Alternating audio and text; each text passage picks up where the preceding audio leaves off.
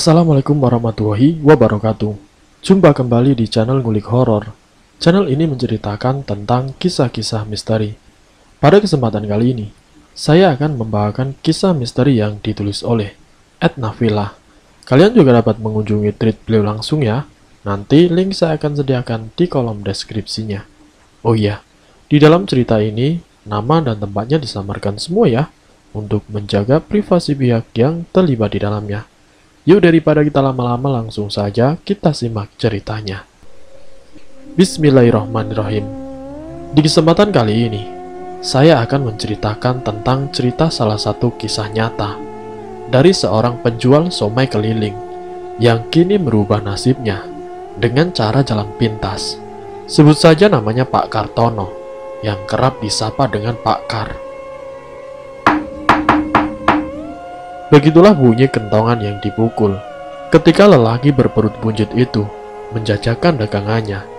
Pelan namun pasti, terdengar nyaring di telinga. Meski suasana sudah sedikit gelap, namun gulat wajah lelaki itu masih menyiratkan semangat untuk berdagang. Tinggal beberapa porsi lagi habis, gumamnya sembari mendorong gerobaknya berbelok ke arah gapura perkampungan. Namun sebelum gerobak itu masuk lebih dalam, sebentar ia menghentikan dan memalingkan wajahnya ke belakang, sembari berteriak lantang, seirama dengan gerak tangannya di permukaan kentongan kayu yang digantung. "Some, some!" teriaknya penuh semangat. "Pak Kar, beli somenya!" Sontak penjual itu memfokuskan pandangannya ke depan. Rupanya ada perempuan berdaster hijau dengan motif bunga itu adalah pelanggan setianya. Pak Kar lantas menghampiri perempuan yang biasa disapa Mbak Ning itu. "Some 3 porsi ya Pak, seperti biasanya," pinta Mbak Ning. Sudah 10 tahun lamanya, Pak Kartono berdagang somai keliling. Ia dan sang istri memberanikan diri mengadu nasib di kota, mencari nafkah jauh-jauh dari desa, hanya berbekal ilmu membuat somai yang ia pelajari di kampung halamannya. Meski telah bekerja tidak kenal lelah, hidup mereka masih saja tidak berubah. Mereka berdua tinggal di rumah kontrakan yang sangat kecil. Namun kontrakan itu menjadi saksi bisu perjuangan keduanya dalam melawan ganasnya roda kehidupan. Dan di sanalah mereka bernaung dan merebahkan segala lelah yang melanda seusai lelah bekerja keras seharian. Setiap pukul 3 dini hari, Pak Kartono beserta istrinya selalu rutin ke pasar untuk membeli bahan-bahan dasar somai yang akan mereka olah sebelum akhirnya Pak Kar jajakan. Tepat pukul 6 pagi, Pak Kar sudah siap untuk menjajakan dagangannya berkeliling ke kampung. "Ini Mbak somainya," ucap Pak Kartono. "Terima kasih Pak," sahut Mbak Ning seraya menyodorkan beberapa lembar uang 10 ribuan kepada Pak Kar. "Alhamdulillah," desisnya dengan pelan. Pak Kartono pun kembali menata beberapa piring dan berniat segera beranjak. Namun seorang pria bertubuh buncit segera menghentikan langkahnya. "Pak, somai 1 ya, dimakan di sini saja," lontarnya. "Baik Mas, ditunggu dulu ya." Pak Kar lantas menurunkan sebuah bangku plastik dari atas gerobaknya dan mempersilahkan pria itu untuk duduk. Tidak membutuhkan waktu yang lama untuk menyediakan sepiring somai dengan bumbu kacang yang sangat menggoda, sebab ini memang telah menjadi keahliannya. "Silahkan Mas." "Terima kasih Pak." Pak Kar yang nampak melihat sekeliling, sesekali matanya mengamati pelanggan yang sedang menikmati somai yang ia buat. Tidak berselang lama, lelaki bertubuh buncit itu berceletuk. "Enak Pak." Pak Kar tersenyum kecil. Ada sedikit kebanggaan dalam hatinya. "Terima kasih Mas," sahutnya dengan pelan. Selama hampir 15 menit Pak Kar menunggu pelanggan itu selesai menyantap somai buatannya.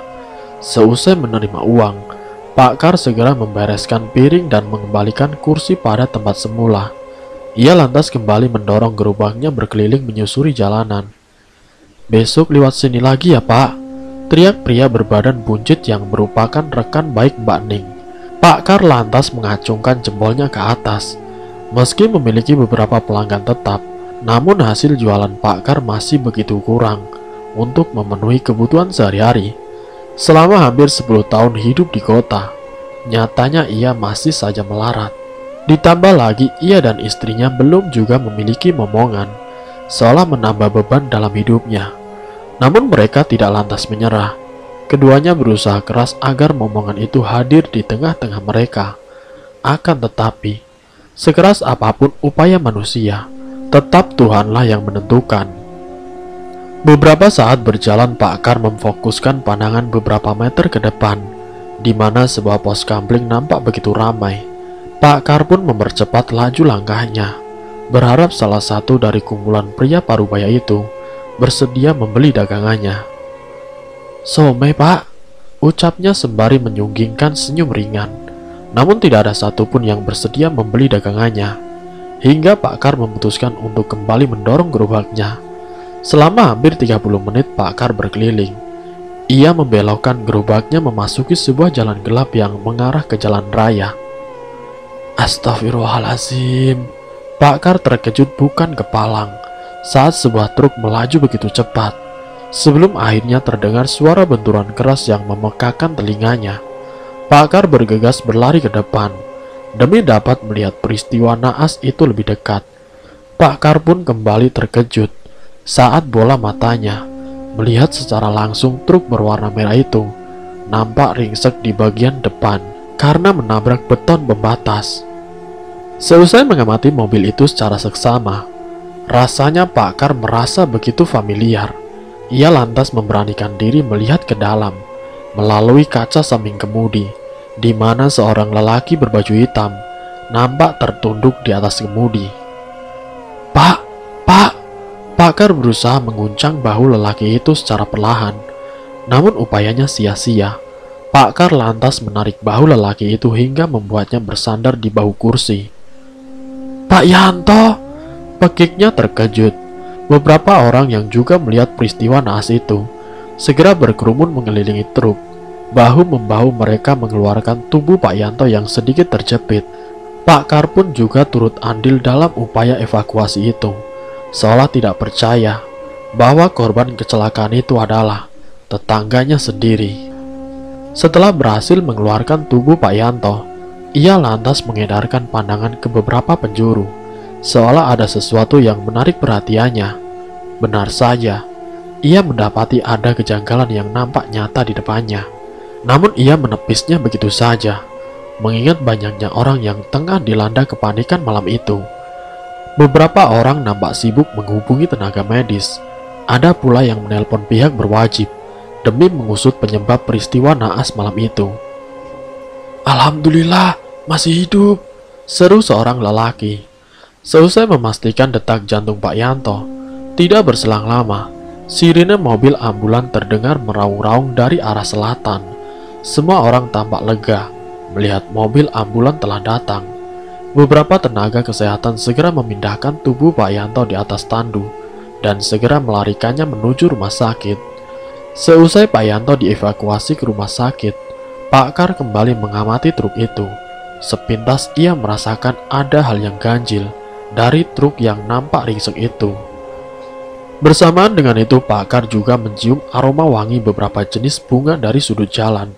Pak Kar memberanikan diri untuk menghampiri sudut jalan itu. Namun niatnya seketika ia urungkan seusai matanya menangkap lampu sirine biru yang nampak menyilaukan matanya. Pak Kar lantas kembali mendorong gerobaknya dan pulang dengan rasa penasaran yang terus melanda dirinya. Di tengah jalan menuju rumah, seketika terpikir dalam hatinya untuk mendalami sebuah ilmu hitam. Entah dari mana niat kotor itu muncul dalam benaknya, mengingat nasibnya yang tidak kunjung berubah, membuat Pak Kar bertekad untuk mengambil jalan pintas. Pasalnya di desa tempatnya tinggal dahulu, ilmu hitam adalah hal yang lumrah. Bahkan hak klinik sudah menjadi makanan sehari-hari bagi penduduk desanya. Hati dan pikirannya telah terusik, dikuasai oleh niatan untuk mendalami ilmu hitam. Bahkan tanpa memikirkan sedikit pun akibat dari perbuatannya kelak. Hidup yang terus dirundung kemiskinan, Pak Kar diam-diam mencari jalan pintas. Ia akhirnya memilih untuk mempelajari ilmu hitam. Ia pun baru ingat, beberapa hari yang lalu, tepatnya saat mengobrol dengan seseorang di sebuah warung kopi. Seorang teman karibnya yang sama-sama dari kampung, sebut saja namanya Herman. Nah, si Herman ini menyarankan kepada Pak Kar agar Pak Kar melakukan pesugihan agar dagangannya ini laris manis. Dan Herman pun menyebutkan salah satu desa yang dimana desa itu tempat istrinya dulu tinggal sebelum menikah dengannya. Pak Kar berpikir sejenak, apakah dia akan mengambil jalan itu atau tidak sama sekali. Ia yang tengah duduk di kursi tamu berwarna coklat memudar, sambil menghiraukan rokok yang kini sudah mulai terbakar habis, tidak menyadari jika di belakangnya ada sosok wanita yang tengah terdiam memerhatikan penuh rasa heran akan sikapnya. Mas Kar kenapa? Kok ngelamun? Tanya sang wanita yang tidak lain adalah istri dari Pak Kar. Kala tak tahan lagi dengan rasa penasaran melihat sikap suaminya, Pak Kar tergelak kaget mendengar suara istrinya yang kini sudah berdiri tepat di belakang sambil menyentuh bahunya, membuyarkan lamunannya. Namun tidak berselang lama, raut wajah Pak Kar terlihat memancar, bahkan lebih terlihat jelas saat dirinya ingin membicarakan sesuatu hal dengan istrinya. Entah beberapa lama istrinya terhanyut oleh penjelasan dari suaminya tentang pesugihan yang akan ia lakukan. Awalnya istrinya ini langsung menolak dengan tegas, namun sesaat kemudian ia mengiyakan setelah Pak Kar memberitahu jika kedepannya mereka akan hidup bergelimangan harta. Saat Pak Kar bangkit dan beranjak menuju kamar mandi yang berada di belakang untuk menuntaskan hajatnya, Pak Kar yang hendak kembali ke ruang tamu, namun langkahnya seketika terhenti, manakala pintu kamar mandi tiba-tiba tertutup dengan keras.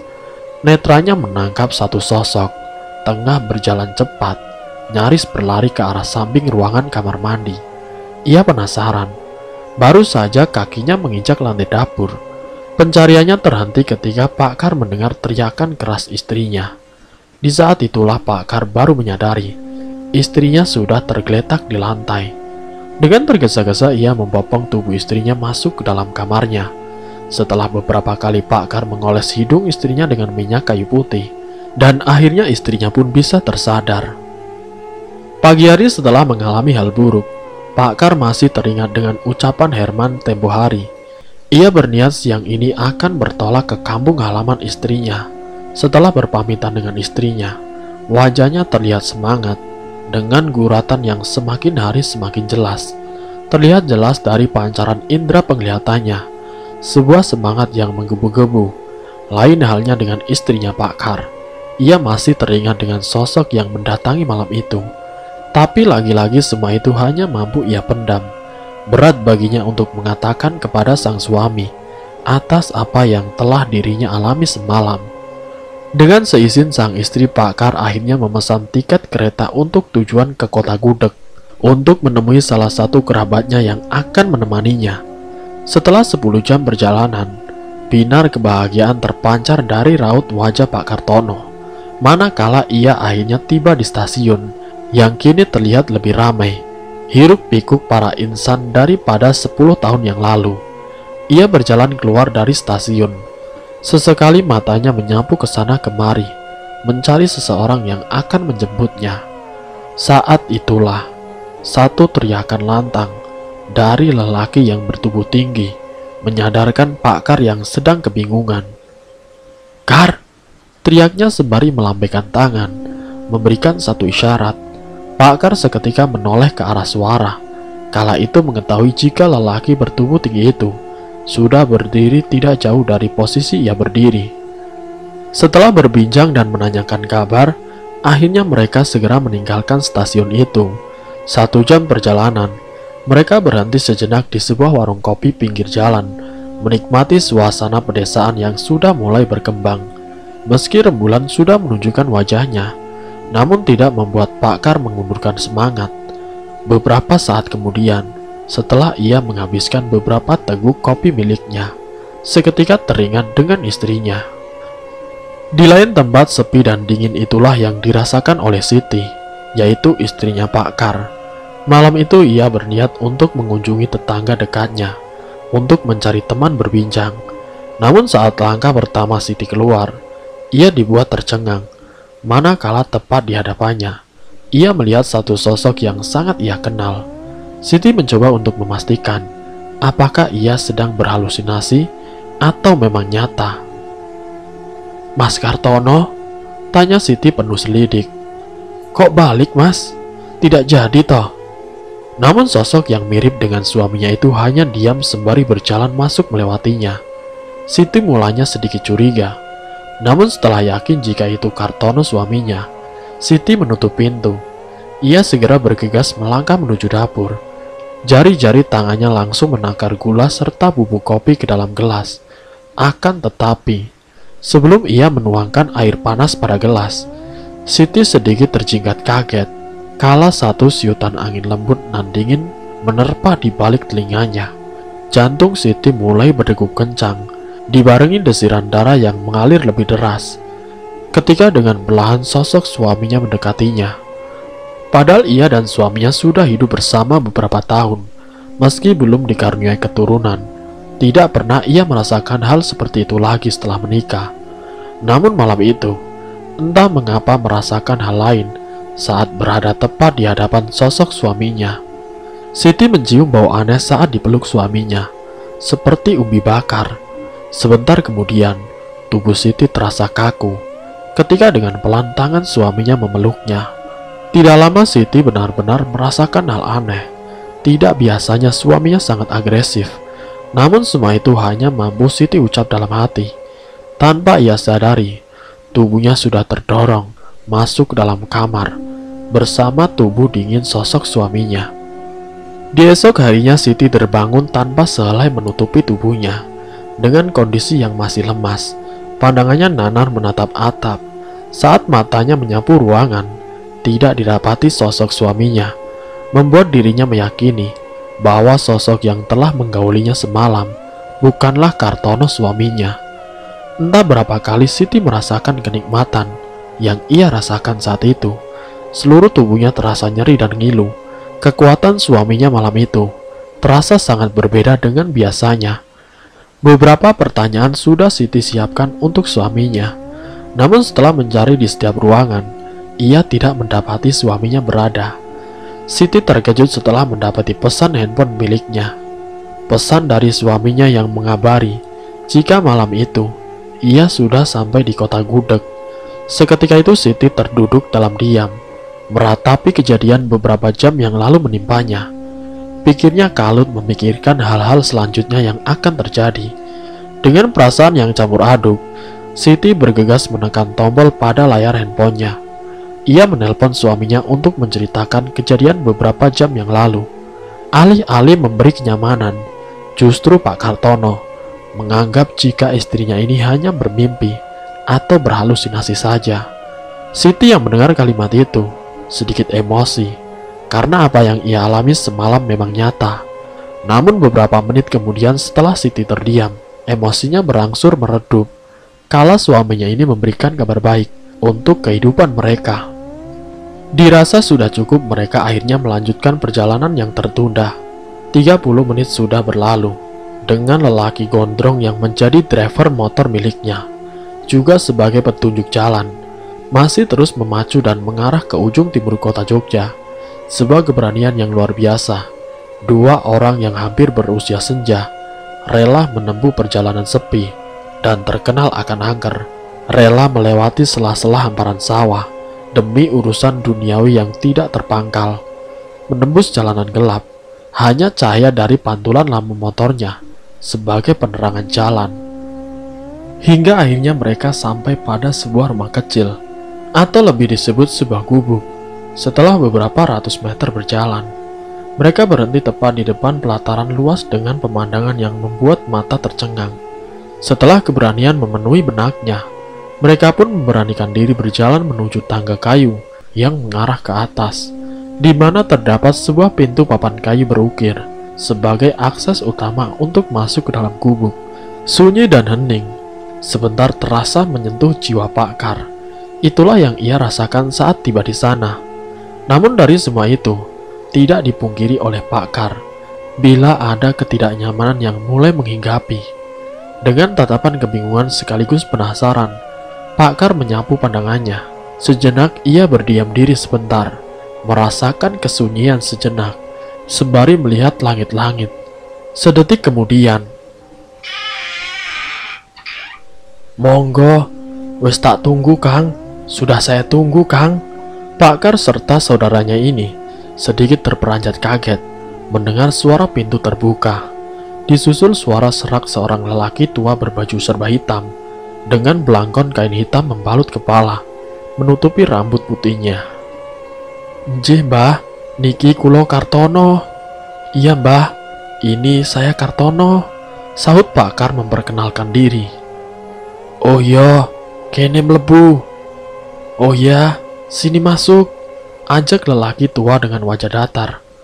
Tanpa menyahut dan menunggu, Pak Kar segera melangkah masuk mengikuti sosok pemilik gubuk.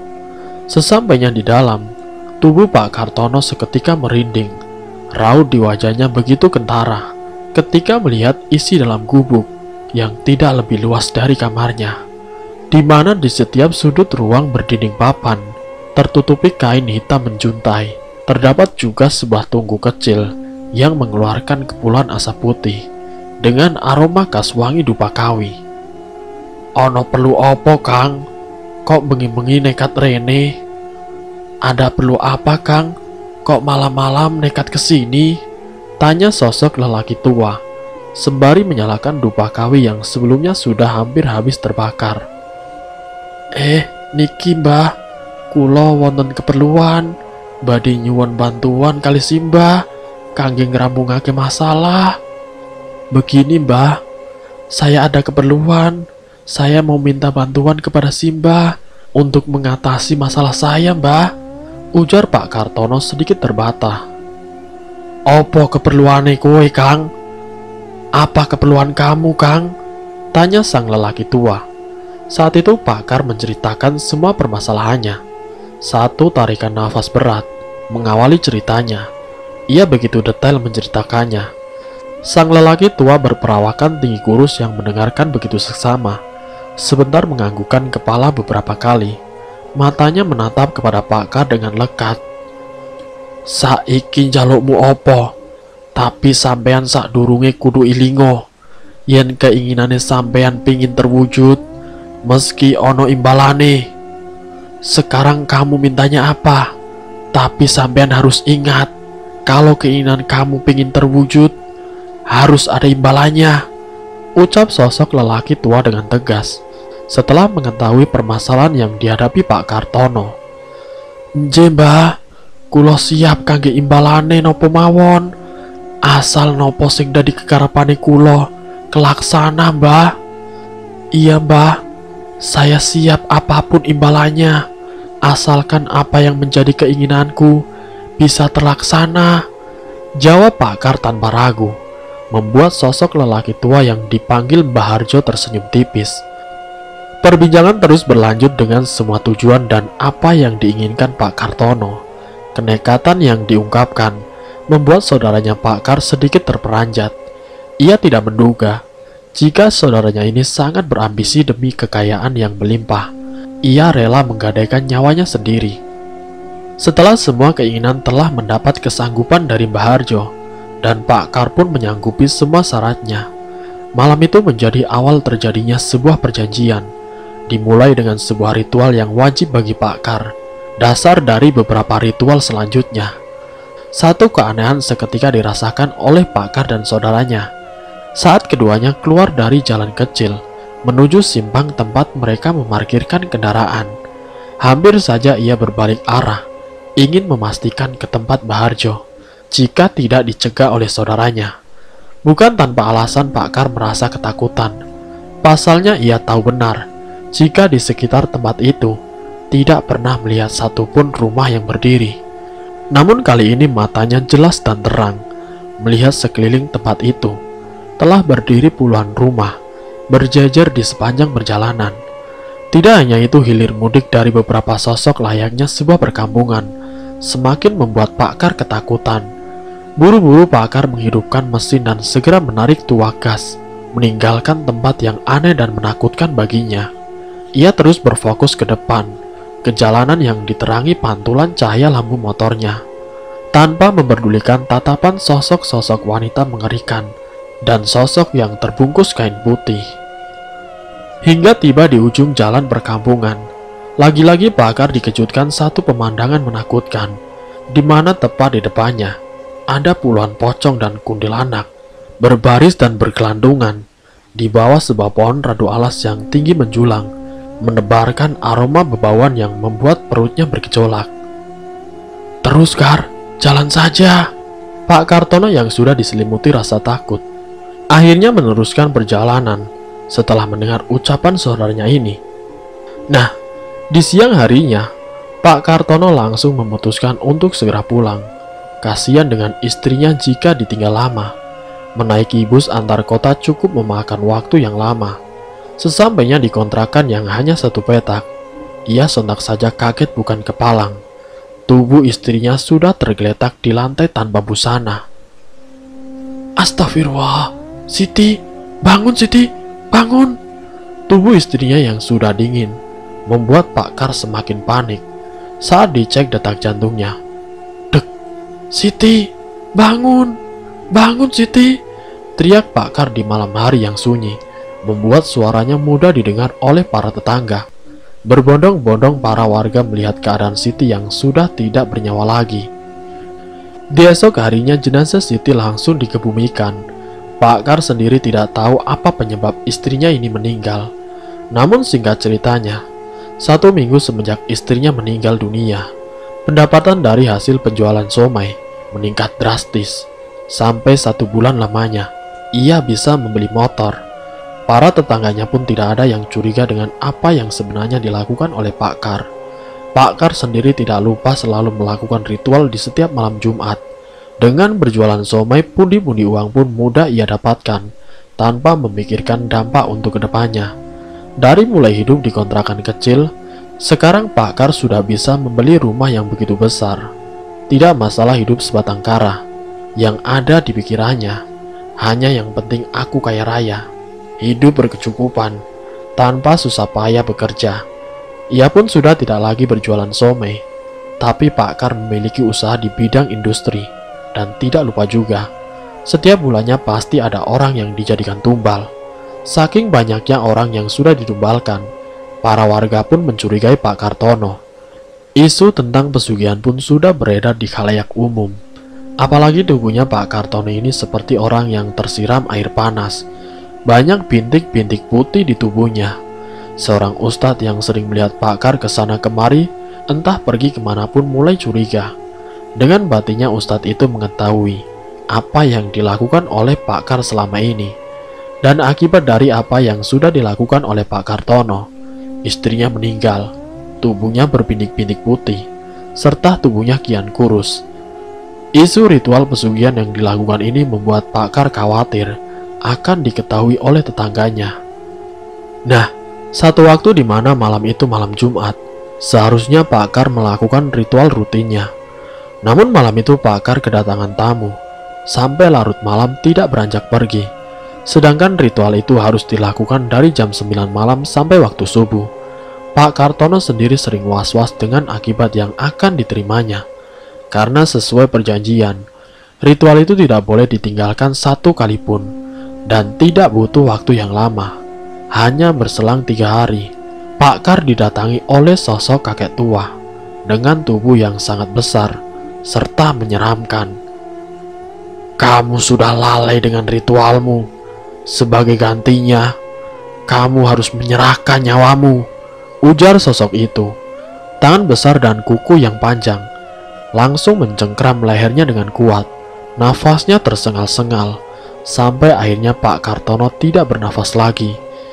Iblis yang tidak punya toleransi. Rumah mewah milik Pak Kartono terbakar habis tidak tersisa, dengan Pak Kartono yang ada di dalamnya. Para warga yang melihat rumah yang tadinya berdiri kokoh, sekarang sudah rata dengan tanah. Mereka hanya mengembuskan nafas dalam-dalam. Para warga pun sudah tahu kalau Pak Kartono ini adalah pelaku pesugihan, karena melihat bekas sesaji yang masih utuh tidak terbakar sama sekali. Sang ustadz yang mengetahui Pak Kar melakukan pesugihan itu pun hanya bisa diam. Ia berdoa, semoga Pak Kar diterima di sisi Allah Subhanahu wa Ta'ala. Penting untuk diingat, pesugihan dalam bentuk apapun sangat dilarang oleh agama. Janganlah tergoda untuk melakukan ritual pesugihan, karena bersekutu dengan jin pemberi kekayaan adalah bentuk syirik kepada Tuhan. Semoga dari kisah ini kita dapat mengambil hikmahnya, ambil sisi positifnya, dan buang jauh-jauh sisi negatifnya. Terima kasih untuk kalian yang sudah mampir di channel kami. Jika kalian tertarik dengan video kami, silakan tekan tombol like, share, dan komen. Tekan subscribe untuk mengikuti video-video kami yang selanjutnya. Wassalamualaikum warahmatullahi wabarakatuh.